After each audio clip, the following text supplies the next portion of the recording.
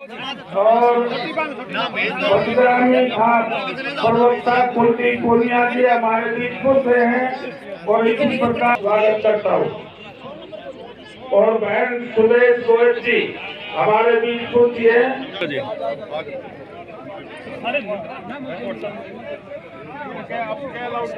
आगे फोन कर रहे हो गया? अरे और जी सुरान साहब बस ठीक है ठीक है भाई रमेश क्या आ जाओ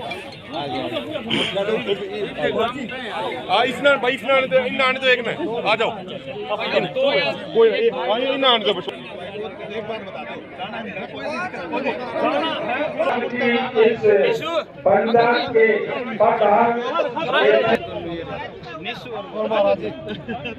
भाई हमने तो बता दो हिसाब से। नमस्कार कर्नल साहब नमस्कार। नमस्ते जी नमस्ते। जो आप आज पहुँचे हो, जो समाज में कुरीतियाँ फैली हुई हैं उनके बारे में, जो आज सरोखा पंचायत है, तो इस पंचायत के अंदर आज बड़े बड़े नेता भी और खापों के प्रधान भी पहुँचे हैं, तो हमें बताएं कि समाज में जो कुरीतियाँ फैली हुई हैं इनके बारे में बताएं हमें थोड़ा। सबसे पहले तो मैं कहना चाहूँगा कि हमारा भाईचारा आप जो बिछड़ गई थी, बहुत पीछे चली गई थी। किसान आंदोलन की वजह से ये लोग जो है इकट्ठे हो गए, दोबारा से महत्व बने। ये बहुत महत्वपूर्ण है।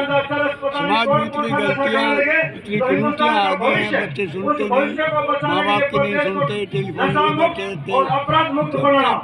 इनको परिवार पूरे अंधुन से नहीं मिलेगा तब तक वो सीख नहीं पाएंगे। इनमें अपने धर्म को, अपने बच्ची को भ्रूण हत्या पेट के अंदर ही खत्म कर देना है, इसको बेचारी को बाहर आने का मौका नहीं मिलता।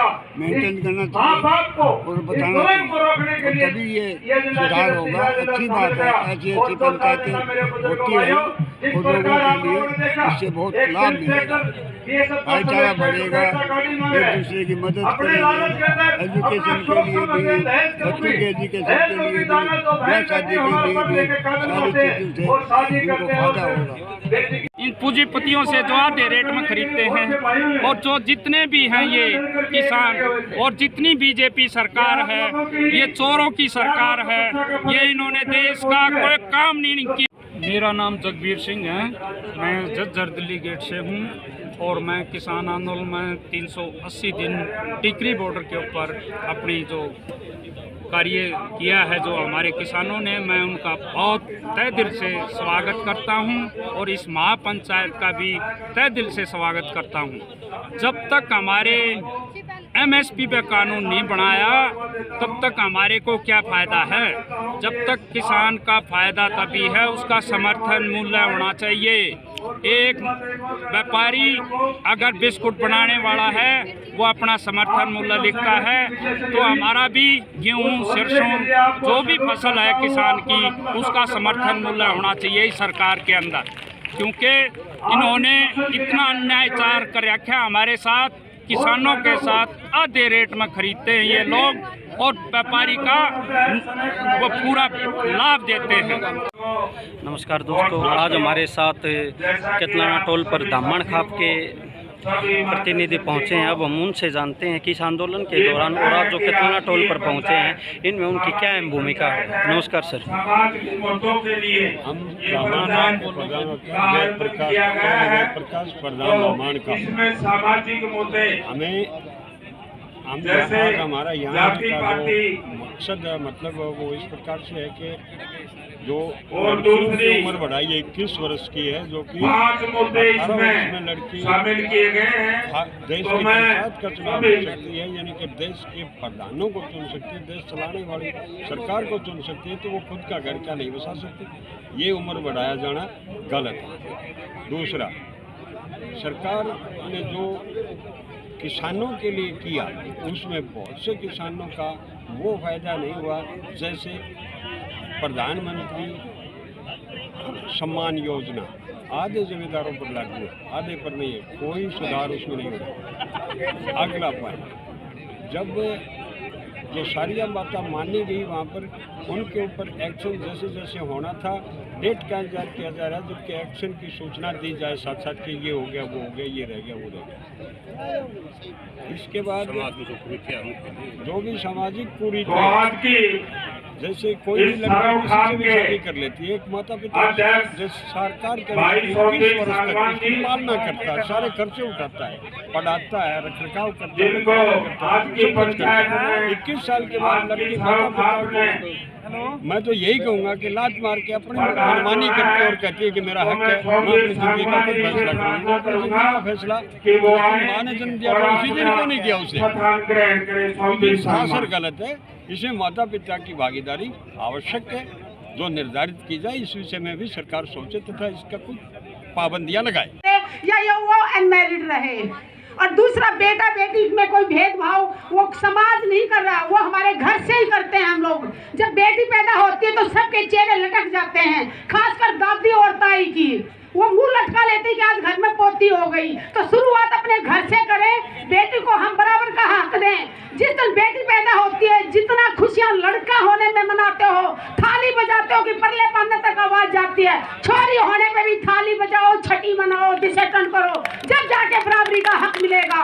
ऐसे समाज से मांगने से, सरकार से मांगने से नहीं, अपने घर में बेटी को बराबर का अधिकार दो, बहू को बराबर का अधिकार दो।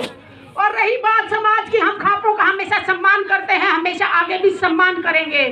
बहुत सी चीजें, बहुत सी बुराइयां हैं हमारे समाज में। दहेज की बुराई है, हम कहने को तो कहते हैं कि हमें 1 रुपए का चाहिए, लेकिन आज की तारीख में शादी करना बड़ा मुश्किल है, गरीब आदमी के लिए बहुत ज्यादा मुश्किल है।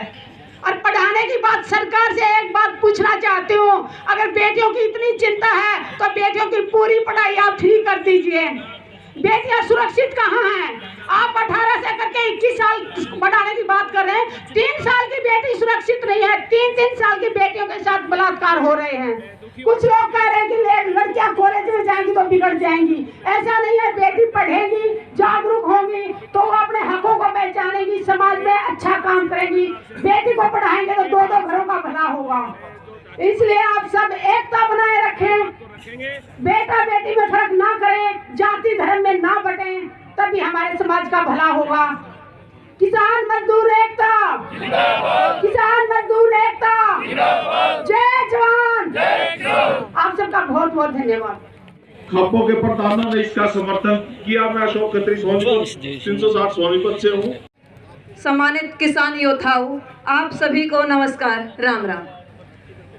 जितने भी मुद्दे दिए गए थे उनमें से सिर्फ एक मुद्दे के ऊपर मैं बोलना चाहूंगी, और वो मुद्दा था भ्रूण हत्या का। भ्रूण हत्या हमारे देश के अंदर बेटी गर्भ से निकल करके बाहर तो आ जाती है, बाहर निकलने के बाद हम क्या करते हैं? जब 2 दिन की बेटी को पत्थर बांध करके नहर में फेंक दिया जाता है, क्या करते हैं हम लोग? उसके ऊपर मुद्दों का तूल बना दिया जाता है। आज हमें जरूरत है, जो बेटी जन्म लेकर के कम से कम पेट से जो बाहर आई है, कोख से जो बाहर आई है, उसका हम सम्मान करें। दूसरा मुद्दा एक आया था 21-18 का, इसके ऊपर मैं पहले भी बोली थी, बहुत सारी महापंचायतें हुई हैं। मेरा एक मानना है, जो बेटी पढ़ना चाहती है और आगे बढ़ना चाहती है, वो चाहे 30 साल की हो, जो किसी का कोई फर्क नहीं पड़ता, ना उसके ऊपर गांव के बोल दे, ना गुआंढ के बोल दे।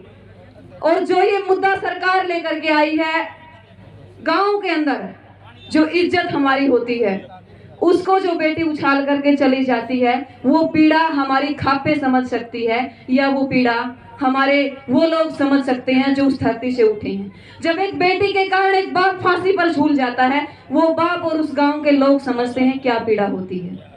तो जितने भी साथी पहुंचे हैं उन सबका धन्यवाद करती हूँ, सांगवान खाप का धन्यवाद करती हूँ, पीटीआई यहाँ पर पहुंचे हैं। और दूसरा, एक सोमवीर सांगवान जी से मैं खास तौर से अनुरोध करना चाहूंगी। इस आंदोलन से पहले मैंने एक आंदोलन चलाया था, वो था HSSC ऑनलाइन सिस्टम जब आया था। आज भिवाड़ी के 100-150 बच्चे मेरे पास इकट्ठा होकर के आए और उन्होंने कहा कि सांगवान साहब के सामने आप एक ही प्रस्ताव रखना। हमारा जो MLA चरखी दादरी से हमने बना करके भेजा है, वो हमारी आवाज विधानसभा के उस स्तर में उठाए कि बच्चे आपके इस HSSC सिस्टम से ना खुश है, आप जो ये पॉलिसी लेकर के आए हो, चाहे वो ऑनलाइन हो ऑफलाइन हो, यदि आप करते हो तो इसको एक शिफ्ट, एक सिस्टम, एक टाइम देश के चाहे किसी भी सेंटर को, किसी भी स्कूल को, क्यों न हमें उसका स्थान बना देना चाहिए, लेकिन एक शिफ्ट और एक पेपर बच्चों के लिए होना चाहिए। जो एक नॉर्मलाइजेशन की प्रक्रिया है वो बंद होनी चाहिए। और गांव खेगड़ की तरफ से आप सब ने राम राम। भाई का स्वागत है।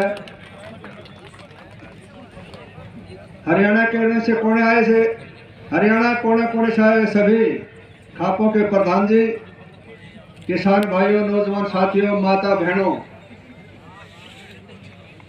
मैं पहले भी कह चुका हूँ, इस पंचायत में पहुंचने पर खाप सांगवान की तरफ से आपका तहे दिल से अर्थ करता हूँ, धन्यवाद करता हूँ।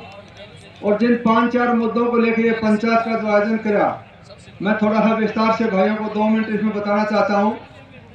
जिस प्रकार पिछले कई सालों से हरियाणा प्रदेश के अंदर जो जाति पाति का जो जहर घुल गया, भाई भाई के अंदर जो नफरत पैदा करती है, एक दूसरे को खून का जो पैसा कर दिया, इसी जाति पाति के कारण 11वीं सदी में मोहम्मद गजनी ने जब हिंदुस्तान के ऊपर अटैक करा, 11,000 सैनिक लेके दिल्ली के लिए चला और दिल्ली की संख्या थी उस टाइम 77,000। 11,000 में लड़ाई लड़ी, 30% हिंदुस्तानी सैनिकों लड़ाई लड़ी, 70% छात्रों को खड़े देखते रहे। और जब 11,000 ने 30 को काट दिया तो उसके बाद में 77 के 77 काटने का भी मौका मिला।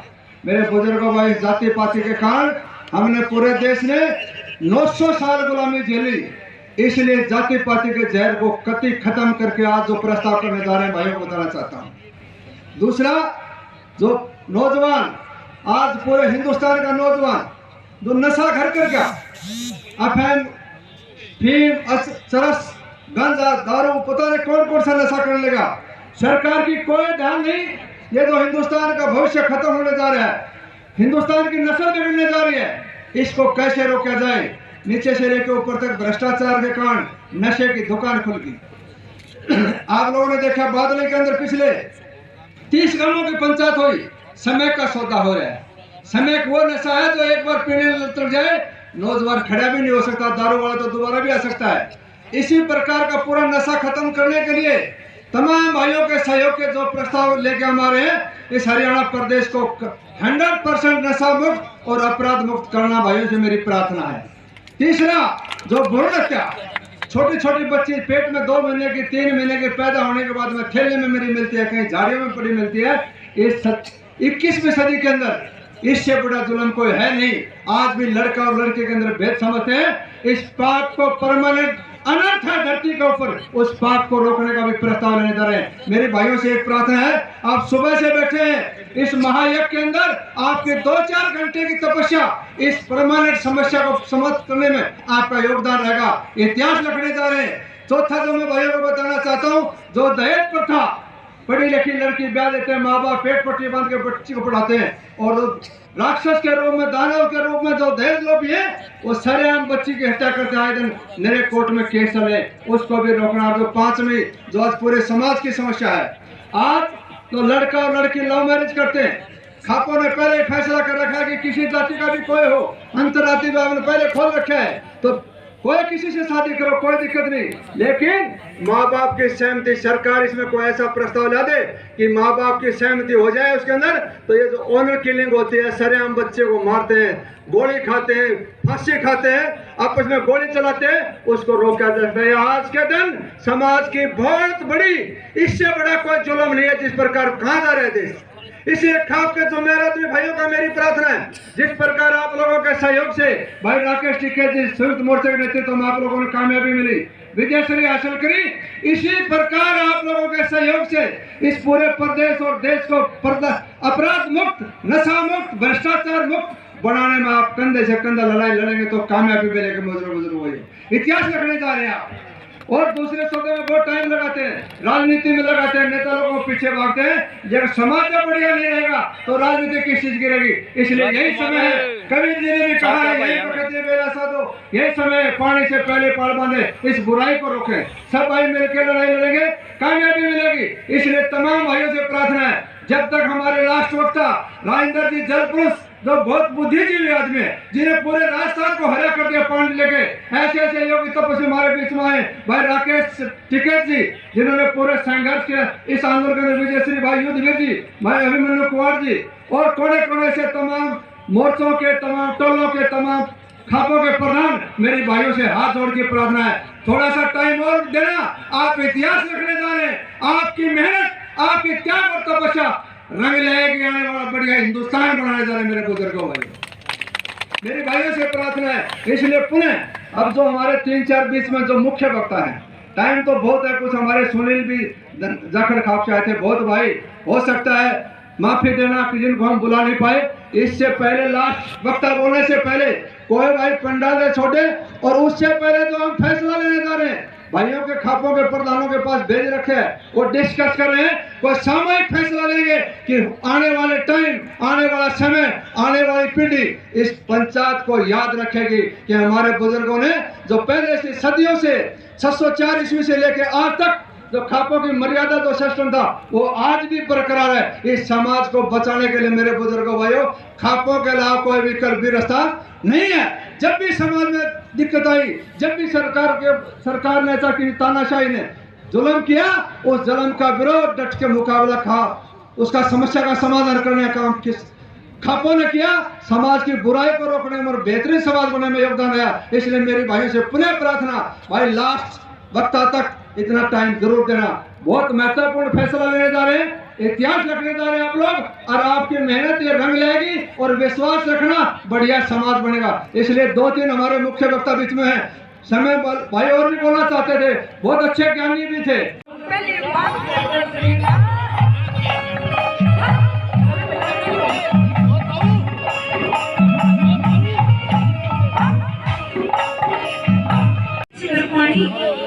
और समय पर प्यार थोड़ा थोड़ा समय बदल जाएगा। ऐसे नहीं। तीसरी बात में जिक्र कर दिया भक्तपूर्ण बल का, कि भक्तपूर्ण बल के ऊपर कैसे समय ने चक्र चलाया और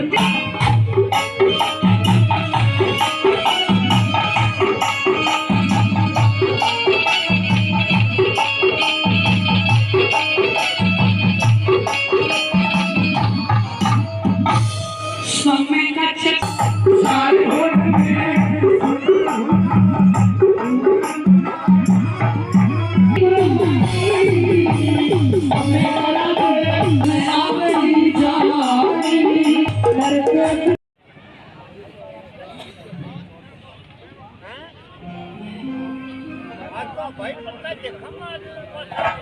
भाई ये मेरे